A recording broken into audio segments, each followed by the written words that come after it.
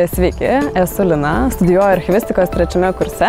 Iš tiesų, kas labiausiai čia patinka, kad yra tiek ir specialybinių dalykų, kurie sugeba ir priverčia tave susimastyti, kad to reikia gyvenime ir kad tai praverčia. Patinka, kad yra komunikacinių dalykų.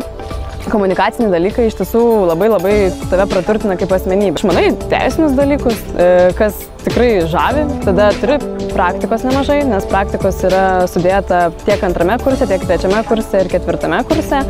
Ir praktika susisieja su teorija, kurios atrodo kartais pakankamai daug ir atrodo kartais nereikšmingi dalykai, bet ta praktika susišaukia ir ji su teorija tampa kaip tarsi sąryšis ir praverčia gyvenime. Praktikuotis galime bet kur yra dokumentacija, tai realiai nuo valstybinių ir nuo privačių institucijų ir tiek, nežinau, visose srityse, kur yra administracija, kur yra dokumentinė kalba, tai ten tikrai gali atlikti praktiką. Jeigu tu gerai pasirodai praktikos metu, tau gali pasiūlyti tą įmonę, kurioje tu atlieki praktiką, taip pat institucijos. Pavyzdžiui, dauguma mano kolegų dabar jau dirba dokumentacijos srityse, tai pavyzdžiui, prokuratūros yra tam tikras archyvas, jie dirba tenais. Tikrai žmonės sugeba pasiūlyti darbą, tau įsidarbinti.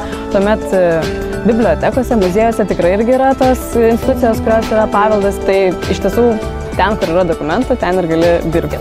Paminėsiu vienos dėstytojos žodžius, kad jeigu žmonės galvoja, kad archyvas yra tik pastas ir rūsys, tai čia yra jų problema, o ne jūsų. Tai vienu žodžiu. Tai linkiu visiems sėkmės egzaminuose ir išsirinkite tai, kas jums geriausia.